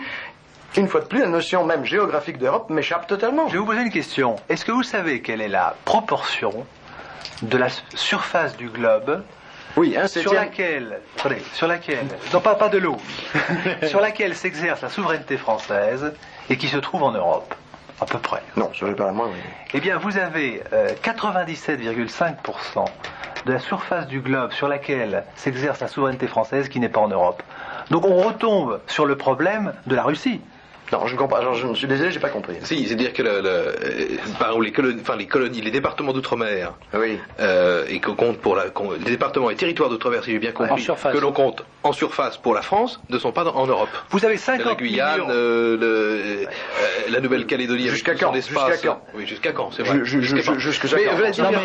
Vladimir, moi je comprends bien, dans quelle direction, je crois comprendre dans quelle direction va Arnaud Ramupinski, parce que c'est vrai que quand vous dites l'Europe ne peut pas s'arrêter à l'Oural parce que le peuple russe, lui, ne s'est pas arrêté à l'Oural et qu'il est allé jusqu'au fin fond de la Sibérie, eh bien, si on prend ce préalable, l'Europe ne s'arrête pas plus au Finistère parce que le peuple français, lui, est allé jusqu'en Nouvelle-Calédonie. Et par conséquent, à partir de ce moment-là, il n'y a plus aucune limite. Non, je suis désolé. Je ne crois pas du tout que ça marche. Donc, vous ne pensez pas que sous la pression des événements, peut-être pas dans quelques années, mais dans un siècle, 2 siècles, vous ne pensez pas qu'il y ait une construction européenne qui puisse se faire comme s'est faite la construction de la France à partir de familles, de villages, de provinces Une construction eurasienne, oui. Eurasienne, mais il faudra bien inclure la Sibérie. Il n'y aura pas moyen de couper la Russie en deux. Non, mais ça, on ne voulait pas s'en débarrasser. Je vous le dis tout de suite. Non, si, voilà, on s'en débarrasse totalement. Et on considère que la Russie fait un bloc, fait un empire, qu'elle est eurasienne et qu'elle ne fait pas partie de l'Europe. Que l'Europe s'arrête au Yémen. Si l'Europe s'arrête au Yémen, je comprends ce qu'on veut dire quand on dit Europe. Si on dit que l'Europe s'arrête à l'Oural, je ne comprends plus ce qu'on veut dire quand on dit Europe. Non, parce que, excusez-moi, mais vous confondez le sens géographique, le sens religieux, le sens politique, etc. Je vais vous poser une question. Le problème des mots, c'est que si on n'utilise pas les mots pour leur usage, pour ce qu'ils ont été faits, eh bien, finalement, on ne peut plus parler. C'est ce qui va se passer. On parle de construction, par exemple. Le mot construction est un mot abstrait. Bon. La construction, il faut la nommer, la construction. Est-ce que c'est une isba? Est-ce que c'est un château? C'est un mot fourre-tout qui ne veut rien dire. Bon. Pourquoi faire une construction politique eurasienne? Quelle est la finalité? Bon. Et qu'est-ce que cette construction? Cette construction, quand vous avez les nations, on sait à peu près ce que c'est qu'une nation. On sait à peu près ce que c'est qu'une nation. On peut discuter, mais on sait à peu près. Nascor, naissance, c'est une langue, etc. Mais dès que vous voulez obliger des nations différentes, obliger ou les séduire à fonctionner ensemble, ça s'appelle un empire. C'est l'empire d'Autriche-Hongrie, finalement. Bon, il y avait l'empire russe, il y avait l'empire colonial. C'est quand vous avez des nations distinctes, des corps différents, avec des têtes différentes, vous mettez une tête au-dessus. Et on sait que tous les empires fonctionnent par la contrainte. Non, pas nécessairement. Pas du tout. Le principe, oui, l'enthousiasme se fatigue, mais le grand principe, disons, le grand principe des empires, c'est forcément une contrainte, même l'Autriche-Hongrie, qui était un empire relativement modéré, il y avait quand même des éperons, quand même assez solides. Et la Russie donc, songez à tous les pays qui ont demandé la protection de la Russie, songez qu'une nation comme la Géorgie, qui est une nation bien plus ancienne que la Russie, a demandé à entrer dans l'empire. Donc d'une part, je ne suis pas d'accord avec votre principe de la contrainte, s'il est absolu, il est fréquent, je ne dis pas le contraire, mais il n'est pas absolu. Et d'autre part, alors je me permets de répondre à ce que vous disiez tout à l'heure, nous parlions d'un mot concret qui est Europe. C'est un mot concret. Alors, vous le faites dévier sur un mot abstrait qui est construction. Nous parlions de choses concrètes. J'aimerais bien que ce mot concret Europe, quelqu'un m'explique ce que ça désigne. Et je pense que c'est un mot qui désignait quelque chose avant la conquête de la Sibérie. Ça signifiait quelque chose jusqu'à la fin du XVIe siècle. Et à mon avis, c'est un mot qui ne signifie plus rien. Il faut le redéfinir. Si on dit l'Europe, ce sont les 12, les 13, les 11, les 9, les 6, je veux bien tout ce qu'on veut. Mais il faut une définition. Excusez-moi, ce qui est important dans la conversation, c'est d'écouter ce que la personne dit. Je vous écoute depuis longtemps, monsieur. Je suis en train de dire, me référant au dictionnaire, et on va passer à notre sujet, peut-être, que le mot Europe est un mot géographique. Je n'ai pas fait passer le mot Europe au mot construction, je vous ai demandé, c'était une question que vous adressez, qu'est-ce que c'est que la construction dont vous parlez? Donc c'était ça que je voulais dire simplement. Moi, ce que je trouve particulièrement intéressant dans ce débat, qui est un peu rude, c'est que tu en as pas souvent des comme ça. Non, il faut que je sois pas là pour que ça arrive. Ils sont en présence deux spécialistes du langage, parce que chacun avec son outil, chacun avec sa complexion intellectuelle, et on s'aperçoit, parce que Vladimir Volkov a travaillé sur les questions du langage, du décryptage, du sens caché des mots, du décodage, enfin, etc. pendant des années, et toute son œuvre est complètement imprégnée de cette technique. Et en grande partie cryptée. Et Arnaud Ramupinski est lui aussi un spécialiste de ce décryptage, enfin d'une autre forme peut-être de décryptage. Et on s'aperçoit que ils font fonctionner leurs intelligences qui sont grandes, sur le même sujet, et dans des directions radicalement différentes et qu'ils arrivent à des conclusions qui sont radicalement différentes, même sur le fond du problème, ce qui est quand même essentiel, c'est-à-dire que quand on dit à Upinski oui ou non, est-ce qu'il faut voter Maastricht, il dit non et il développe les raisons pour lesquelles il ne faut pas voter Maastricht, et quand on pose la question à Volkov, il dit moi je comprends pas votre question, elle n'a pas de sens. Déjà au départ, c'est quand même extraordinaire de ne pas arriver à se mettre d'accord sur un sujet de débat. Et alors après, naturellement, quand on essaye de conduire le débat, ça part dans tous les sens. Ça pose quelques problèmes. S'il y avait un dictionnaire, ça nous aiderait. Mais on peut peut-être passer à la deuxième phrase. Attendez, je voudrais, si vous le permettez, un petit instant. Merci. Il y a des lettres d'auditeurs. Il y a quelqu'un qui dirige quand même un petit peu. Hein. Voilà. Alors, puisqu'on en était au sens des mots, je donne un peu la parole aux auditeurs qui y ont droit aussi, les malheureux. Surtout quand ils nous écoutent. S'il vous plaît, ne dites pas Maastricht.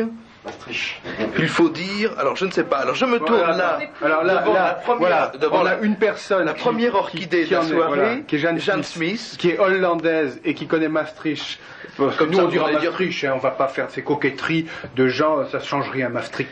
Elle va nous dire la vraie prononciation, et il n'y a pas un Français, sinon ceux qui causent le bourg, l'afrikaner ou le batave qui sont capables de le prononcer comme elle. Alors auditeurs, écoutez bien, ouvrez bien vos oreilles, enregistrez, car vous allez avoir l'exacte prononciation. Vous allez avoir l'exacte prononciation, mais de Maastricht, tel qu'on dit Maastricht à Maastricht, parce que au nord des Pays-Bas, la prononciation est beaucoup plus gutturale. Et moi je ne sais pas la faire. Maastricht pour un français c'est imprononçable déjà. Moi je ne sais pas le prononcer à la hollandaise, c'est-à-dire à la manière protestante, je le prononce à la manière catholique. Ah, parce qu'il y a une différence entre la prononciation. Bien sûr. On apprend des choses extraordinaires. Mais alors ce que je sais en revanche c'est qu'on écrit aujourd'hui bon allez je passe dessus avec deux A. Oui. Et je crois qu'au XVIIe siècle on l'écrivait avec A et E. En effet. Et c'est l'ancienne orthographe flamande. Le flamand est une langue qui est restée beaucoup plus pure dans l'orthographe et étymologiquement que le néerlandais. Le néerlandais a réformé son orthographe plusieurs fois, et notamment au début du siècle. Et maintenant, tous les sons longs, le A long, s'écrit avec deux A. Il y a eu un tréma même à une époque, non? C'est possible. En France, dans l'orthographe française, en tout cas. Bon, alors on va essayer de faire quelque chose à chaque fois. Ça fait avancer un peu le schmilblick. Voilà. Mais enfin, non, mais c'est bien. Non, mais c'est pas mal comme ça. On nous demande, ça, je redonnerai à la fin les coordonnées de tous les livres. Je les redonnerai à la fin. Arnaud Upinski, est-ce que vous pourriez nous faire un petit historique de l'eurocratie? C'est-à-dire, on sait que tout commence après la guerre. Après la Seconde Guerre mondiale, et là il y a quand même de très nombreuses volontés de la part de gens comme Jean Monnet puis d'autres d'imposer ce que veut imposer aujourd'hui le traité de Maastricht. Et en définitive, le traité de Maastricht n'est pas une vue qui vient d'apparaître comme ça sur le marché de l'Europe. Ça fait déjà très longtemps qu'on y pense, ça fait déjà très longtemps que les eurocrates et les fédéralistes essayent d'imposer une telle chose, et jusqu'ici, heureusement, ils n'y avaient pas réussi. Alors, si vous voulez, c'est toujours la même manière, le même problème. C'est-à-dire que, est-ce qu'il faut expliquer le haut par le bas ou le bas par le haut? En fait, dans la situation actuelle, il faut comprendre, et je vais répondre à votre question, donc dans la véritable nature de la construction, c'est qu'on met le pouvoir en haut, et là je parle nominalement, alors qu'on disait qu'il était en bas. Bon, et le peuple, effectivement, suivant le sens qu'on donne au peuple, est-ce que c'est une nation, est-ce que c'est l'ensemble de la nation dans sa constitution? Eh bien, le peuple, on en déduira que le peuple était souverain uniquement de nom, et qu'en fait, la véritable souveraineté était utilisée par un petit nombre de personnes, où on pense qu'il était souverain. Or, dans les textes, dans la Constitution, il est bien écrit que le principe de la souveraineté est dans la nation, c'est-à-dire dans le peuple en bas. Si l'on fait l'empire, et c'est ce que nous constatons tous les jours lorsque Jacques Delors nous dit que 80% de la législation économique va venir de Bruxelles, cela veut dire que sans contrôle démocratique, c'est ce qu'on appelle le déficit démocratique, un certain nombre de personnes, que j'appelle euristocratie pour des raisons que j'explique dans mon livre, et finalement ont pris en otage la souveraineté. Et ça, ce passage de la souveraineté de bas en haut est une révolution qui correspond au passage qui avait été fait au moment de la Révolution française, en mettant en tout cas nominalement dans les textes, la souveraineté qui était en haut, on l'avait mise en bas. Donc c'est la révolution appliquée à elle-même. Et lorsque l'on joue, et ce n'est pas uniquement un jeu, à établir le parallèle entre la Révolution française et ce que j'appelle la Révolution européenne de 1989, on arrive non seulement à des coïncidences troublantes, mais en plus à la question de la méthode qui est utilisée. On peut comparer par exemple, dans la chronologie, le réveil des nationalités à la fronde des provinces en 89, pour retrouver leur liberté. On peut comparer le débat qui est actuellement entre les pro-européens et les eurosceptiques, les optimistes et les pessimistes de 89. Il y avait un débat à l'époque, et dans le débat pour le vote du traité, eh bien, la question de savoir si on est optimiste ou pessimiste est importante. Bon. La question financière a été très importante à l'époque de la Révolution, notamment avec l'assignat, et la question de l'écu est primordiale, puisqu'on nous dit que l'écu sera indépendant des pouvoirs politiques. Ce qui veut dire que la monnaie sera au-dessus du politique, ce qui veut dire que du point de vue de la structure du pouvoir, on a une pyramide avec en haut la monnaie, au-dessous l'économie, au-dessous encore la politique, et j'allais dire au-dessous encore les fausses factures.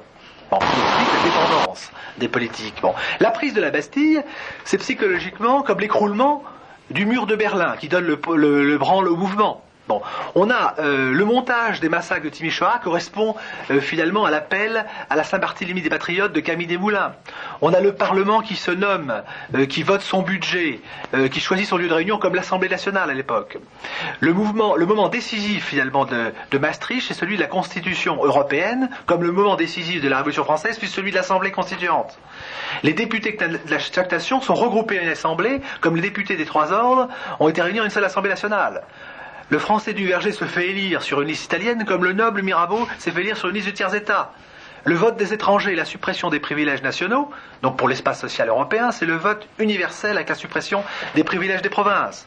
On fait tomber les barrières au nom du laissez-passer, etc. La question du veto de la France, avec, si vous voulez, finalement le compromis de Luxembourg, correspond à la question du vote de Louis XVI. Donc la grande question qui est derrière tout ça, c'est finalement qui tient le pouvoir, de quelle source va descendre le pouvoir, et donc tout ce qui va avec le pouvoir, les décisions, les privilèges, etc., etc.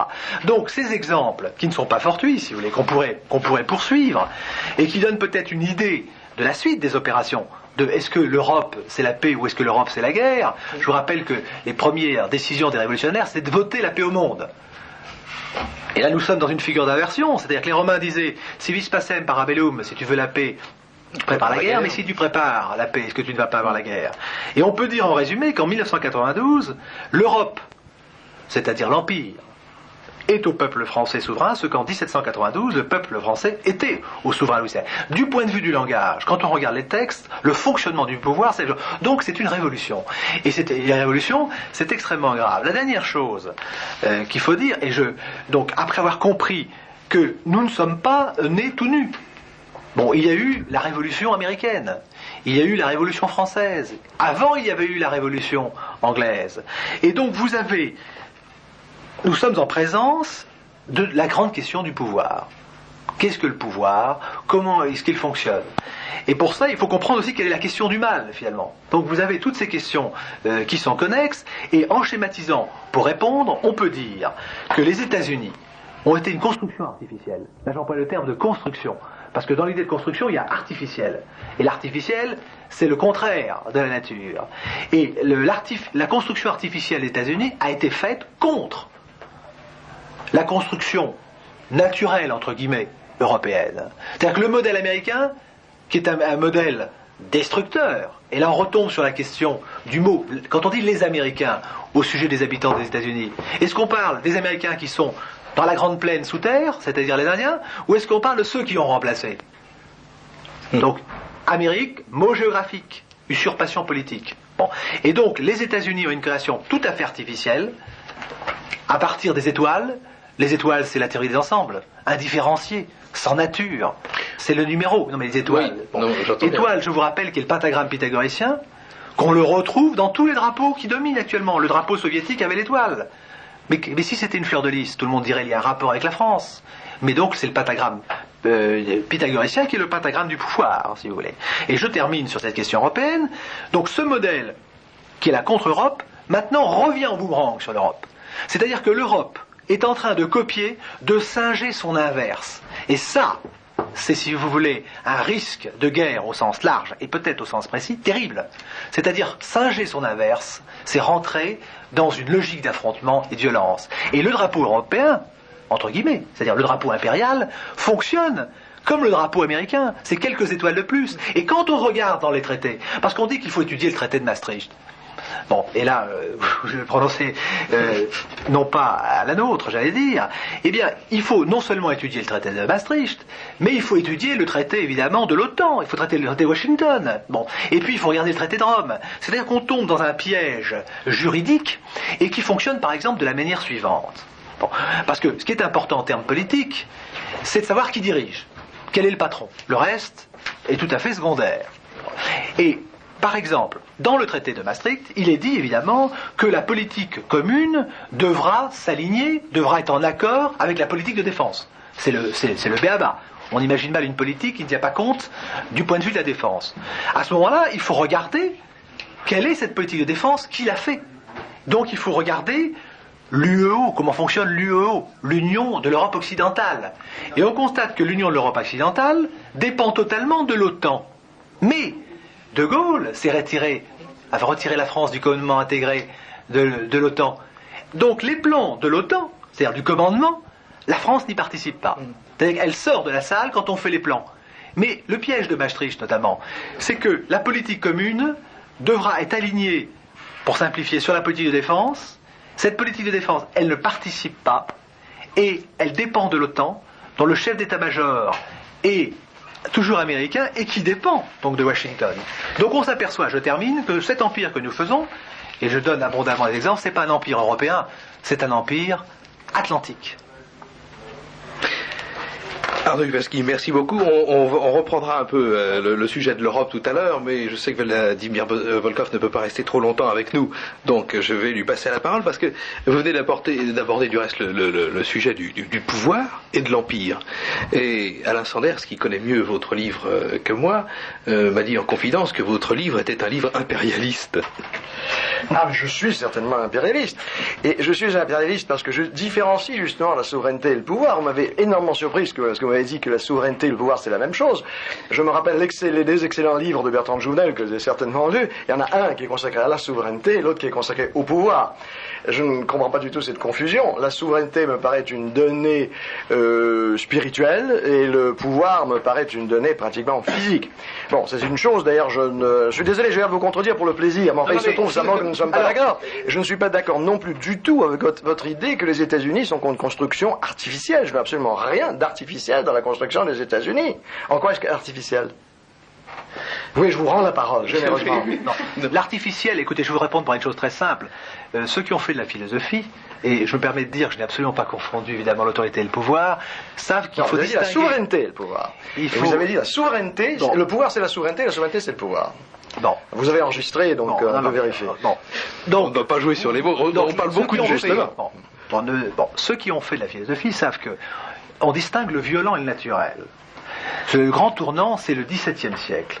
Or, l'artificiel a un rapport au violent, c'est-à-dire au rapport à la volonté. Or, ce qui montre très simplement que les États-Unis sont une création artificielle, c'est la destruction des peuples qui a précédé, des peuples qui précédaient pour bâtir... Mais alors tous les pays. Oui, c'est-à-dire que je crois que là il y a une confusion sur les mots parce qu'on ne peut pas dire que la construction des États-Unis soit une construction artificielle quand on songe à la guerre de sécession. C'est quand même une nation qui s'est faite dans le sang. Donc, non, mais quand vous prenez l'importation de populations d'autres continents, c'est tout le problème de la démographie des États-Unis. Et quand vous pensez à la Constitution, et c'est pas le lieu d'en parler, de Jefferson & Co., vous constatez tout à fait que les États-Unis ont été faits more geometrico. C'est tout. Bon, je ne vois pas ce que vous voulez dire par mort géométrico, je suis désolé. Vladimir un peu de latin, mon temps, mais je comprends pas. C'est une construction géométrique, c'est une construction géométrique. Vladimir Volkov, si... Qui apparaît dans le drapeau, d'ailleurs. Moi, je souhaiterais que nous puissions parler de l'Empire russe, avec Alain Sanders. Oui, on est dans le sujet, puisque c'est un empire important. Alors, il se trouve que on ne va pas trop déflorer le sujet, puisque je sais que vous êtes invité un peu plus tard sur ce livre particulièrement, qui n'est pas encore paru en librairie. Si, je l'ai vu aujourd'hui. Ah ben aujourd'hui, vraiment. Parce que je sais que Paul Robert l'a cherché hier et avant-hier sans le trouver. Et je crois que c'est aujourd'hui. Bon, alors on en dit le titre d'abord, c'est Les Faux Tsars, c'est un roman historique, puisqu'il s'agit de ce petit tsar. On a eu, nous, beaucoup de faux Louis XVII en France. Je crois que les Russes ont été gâtés aussi, peut-être encore plus en ce qui concerne les faux tsars qui ont jailli et qui sont arrivés de partout. Celui-là, c'était Dimitri, que vous appelez, vous, plutôt Dmitri, je crois. Oui, on l'appelait Dmitri à l'époque. Oui. Dimitri est une prononciation de la fin du 19e. Voilà, à la française peut-être, mais non. Non, je sais pas. Bon, on a déjà assez de problèmes avec Maastricht. et qui, donc, est arrivé en Russie pour contester un usurpateur, qui était le fameux Boris Godunov. Alors, il y avait eu des prophéties, que vous rappelez. Une des prophéties annonçait cette arrivée de ce petit Dmitri, de ce jeune Dmitri, en disant le plus faible mais le plus fort, mort mais vivant, lui mais pas lui. Alors ce qu'il y a de très intéressant dans votre livre, c'est que ça n'a pas été beaucoup dit. Vous en faites un agent secret du pape Clément VIII, de ce Dmitri.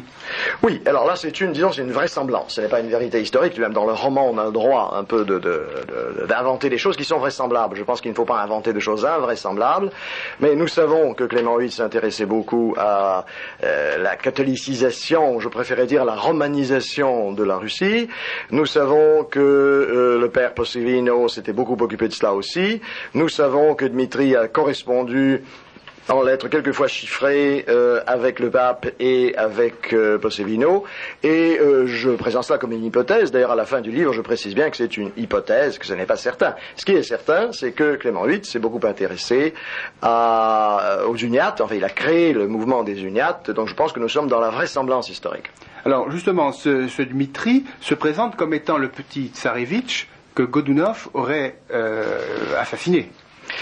Tsarevitch, on l'appelait quelquefois le Tsarevitch, quelquefois le prince. En fait, il était le fils du 8e mariage d'Ivan le Terrible, donc d'un mariage tout de même assez illégitime. Les orthodoxes n'ont qu'à 3 mariages, ou 3 mariages, ils sont soit divorcés, soit veufs tout de même. On constate que non, vraiment ça marche pas, ils ne sont pas faits pour être mariés. Mais Ivan le Terrible n'était pas à ça près. Et il a eu donc ce fils qui était considéré un peu comme un bâtard et un peu comme un Tsarevitch. Il était un peu entre les deux, et Godunov l'a fait assassiner. Apparemment, ça aussi on n'en est pas certain, c'est une vraisemblance historique, mais il y a d'autres théories, pour s'ouvrir à lui-même le chemin du pouvoir. Alors, en quelque sorte, cette Russie, on vient de le voir tout à fait récemment avec les Romanov, avec tout ça revient, les uniates, on en a reparlé. Bien sûr. C'est un roman d'actualité, votre roman historique. Écoutez, pour moi, c'est surtout un roman qui me pose le problème de la légitimité. C'est ça qui m'intéresse. En fait, il y a là je ne veux pas vraiment dire une trilogie, parce que les romans peuvent se lire séparément, mais il y a eu Les Hommes du Tsar d'abord, qui racontait la fin de la légitimité des Rurikides, avec la mort d'Ivan le Terrible de Féodor. Ce roman-ci décrit l'absence de légitimité, puisqu'on a 3 faux tsars, Boris Godunov qui n'est pas vraiment légitime, Dmitri qui est un imposteur, et puis Vassili Chouïski qui n'est pas tellement légitime non plus. Je prévois éventuellement un 3e volet, où on verra l'avènement, avec le consensus populaire, d'une dynastie véritablement légitime qui fut celle des Romanov. Mais est-ce que, c'est la question qu'on peut se poser, et vous la soulevez en parlant de légitimité, est-ce que ça a une grande importance en Russie, cette légitimité d'une dynastie tsariste? Est-ce que, je pense à Jacques Perret qui disait parfois par boutade, le roi, vos prétendants, celui-ci ou celui-là, le premier qui sortira de Reims, qui se sera fait sacrer, qui sera sur un cheval blanc, ça sera mon roi. Est-ce qu'il n'y a pas un petit peu ça aussi Si, c'est certain, et même encore beaucoup plus. La seule, et je pense que nous sommes tous d'accord autour de cette table, plus ou moins, pour dire que ce sont les rois qui ont fait la France. Mais je pense que les tsars ont fait la Russie peut-être encore plus. Parce que, alors nous retombons sur le problème dont nous étions partis, la Russie n'ayant pas de frontières naturelles, en fait. Il fallait un noyau à la base. Bon, la France, elle a atteint, je sais bien que le mot frontière naturelle n'est pas à la mode, mais enfin, si, il y a tout de même des montagnes, il y a des mers, enfin, ça existe. Et la France a atteint les limites de ce bassin, elle était un peu enfermée. Tandis que la Russie, en fait, elle est enfermée dans rien du tout. S'il n'y avait pas eu l'inspiration fournie par les Rurikides et par des hommes assez durs comme Ivan le Terrible, par exemple, ou comme son ancêtre et mon saint patron, Saint Vladimir, il y aurait peut-être eu quelques principautés qui auraient vécu de façon tout à fait différente, qui auraient été digérées soit par les Turcs, soit par les Tartares, soit par les Polonais. C'est vraiment la volonté de faire de cette dynastie... L'Empire. Exactement, l'Empire, oui, bien sûr. Mais je suis persuadé que la Russie n'est pas une nation, c'est un empire. Alors, justement, je voudrais vous poser une question. Est-ce que vous êtes panslave, comme on l'entendait au XIXe siècle? Alors, les Russes ne disent pas panslave, ils disent slavophile. Oui. Je crois que panslave est déjà un mot de désinformation. C'est un mot qui est critique et je n'aime pas nécessairement utiliser des mots critiques. C'est celui qu'on utilisait au XIXe siècle. Je le sais bien, je le sais même par hostilité. Oui. Par hostilité, justement parce qu'on craignait. Parce qu'on craignait pour les détroits, parce qu'on craignait le géant que ce serait. Bon. Alors, je ne suis pas panslave. Panslave indique l'idée d'une espèce de danger jaune ou le danger slave, n'est-ce pas? Je ne veux pas manger tout le monde, certainement pas. Mais je pense qu'il y a tout de même beaucoup de ressemblances entre les divers peuples slaves, et je pense que cet empire, en fait, fédéré dont rêvait Dostoïevski était peut-être une solution. Les Serbes et les Croates se seraient peut-être un peu moins entretués s'ils avaient eu un empereur russe au lieu d'avoir un roi serbe, qui bien sûr ne pouvait pas plaire aux Croates. Donc cette superposition pyramidale, personnellement, n'est pas du tout faite pour me déplaire. Je pense qu'elle a évité pas mal d'effusions de sang. Bien entendu, elle a été bâtie sur le sang tout de même, comme toute l'histoire est toujours bâtie sur le sang. Alors, comment vous vivez un petit peu les événements justement qui se passent en vous disant tiens, eh bien, il y aurait un tsar qui pourrait fédérer tous ces braillards, hein, parce que dans le lot il y en a aussi. Oui. Est-ce que vous le vivez comme ça? Je le vis dans le sens, j'étais à Saint-Pétersbourg tout récemment, et il y a là plusieurs, je dirais européens, je veux dire français, belges, etc., puis il y a plusieurs Russes, il y avait des Russes de Russie, il y avait moi, et nous étions, ça remonte déjà à quelques mois, nous étions tous transportés à la fois d'angoisse et d'espérance. Et quelqu'un dit, mais nous vivons vraiment une espérance fragile, nous allons boire l'espérance fragile. Alors, j'ai parlé à mes voisins de table et je leur ai dit, écoutez, alors faites comme moi. Et lorsque le moment du toast est arrivé, vous savez que les Russes adorent les toasts, j'ai dit, il y a l'espérance fragile, on boit debout. Alors tout le monde s'est levé, dans un instant de très grande émotion, nous avons bu à notre espérance commune, parce que je pense que la Russie aura son mot à dire dans la construction du monde, quelle qu'elle soit européenne, qu'elle soit mondialiste, qu'elle soit au contraire fédérative. Je n'exclus pas du tout que tout retombe en toute petite parcelle, c'est tout à fait imaginable, je ne suis pas... je ne mets pas nécessairement contre cette idée, l'indépendance du Périgord, j'ai un Périgourdin d'adoption, l'indépendance du Périgord, moi ça ne me choque pas beaucoup. Je pense qu'il faut tout de même un empereur au-dessus de tout ça. Et vous vivez aussi...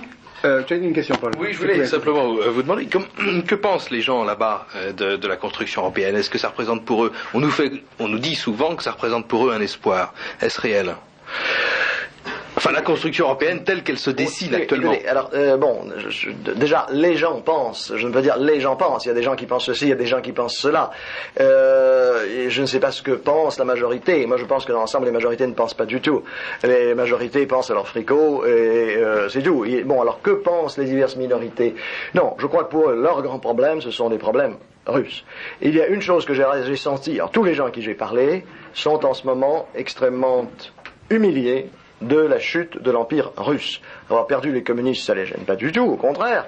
Mais le fait que la Lituanie, par exemple, faisait partie de cet empire russe, ils se sentent humiliés, ils disent maintenant nous sommes partout traités comme des chiens, ce sentiment d'humiliation est très fort.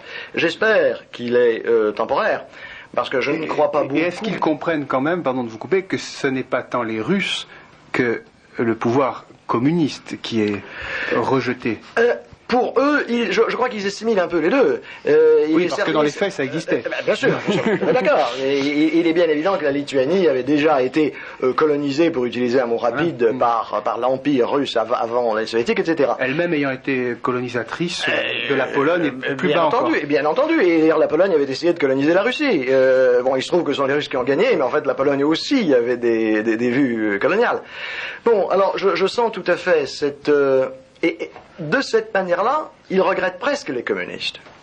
Parce que les communistes faisaient respecter les Russes. Vladimir Volkov, pardonnez-moi un instant, mais nous arrivons à l'heure fatidique de la coupure. Oui. La petite coupure, pendant 1 minute, un petit morceau de musique.